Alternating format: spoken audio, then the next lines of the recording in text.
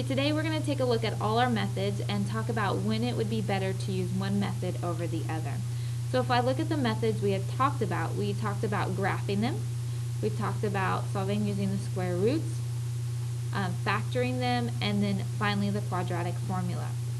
Graphing them, really, I would only suggest if you have a graphing calculator. So pretty much I would just take this off the table.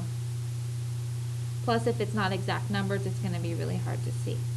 Square roots will work if there's no x term, and also a and c are perfect squares. So let's add that in there. If they're not perfect squares, you're not going to be able to use it.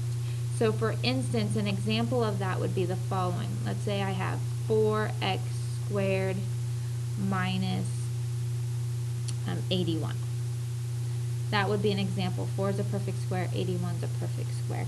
So then you could use it. The other thing you have to make certain of is that this sign has to be negative. Otherwise, it is not possible to use the square roots. The next one that we used was factoring. Factoring is good only if the equation is easily factorable. So for instance, that the a and c are small numbers and have a small amount of factors to look through. The other one is a quadratic formula, and it can be used no matter what. So if you're not sure which method to use, I would always go straight to the quadratic formula. It'll always give you the correct answer no matter what. It's just sometimes it's not always the quickest method. So keeping all of that in mind, we have some that we're going to look at, and we're going to pick which method we should probably use, and then justify your reasoning. So if I look here, I have 2x squared minus 6. It looks like I would want to use the square roots because there's no x factor here. But I don't want to use the square roots because this 2 is not a perfect square and neither is 6. So since those are not perfect squares, I wouldn't use that. The next thing you could do, I would always just go to quadratic formula. So on this one, I would use quadratic formula. And the reason would be 2 and 6 aren't perfect squares, and the formula always works.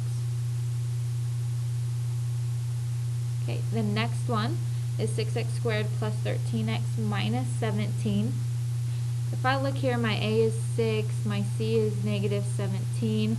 Signs are going to be different. I'm not very good at factoring. I'm also going to use the quadratic formula. And for me, it's not easily factorable. For me, it would take a while to factor because the signs are different.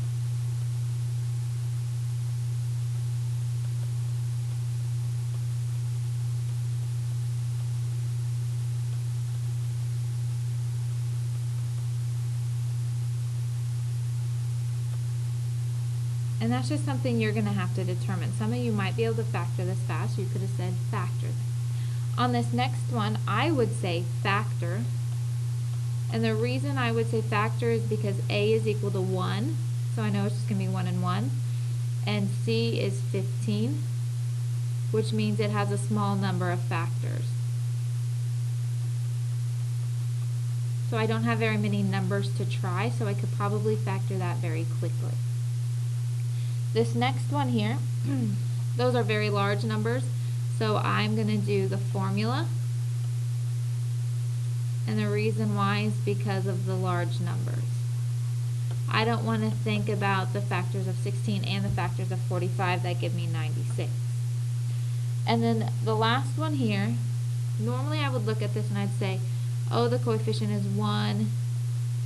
And my number here is 4. Those are small numbers, so I would think I could factor it. But if I try to factor it, there are no factors there that would add together to give me 7, which means this is not factorable. So the only option would be the formula.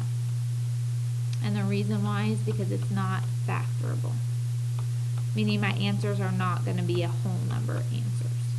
Okay, so go ahead and complete the quick check. And remember, some of us might choose different methods. Some of us might put quadratic formula all the way down because we know we always get the right answer that way, and we're not even going to mess around looking at it. Whatever it is, you have to write that reason out. So complete your quick check and then look at your schedule for your assignment.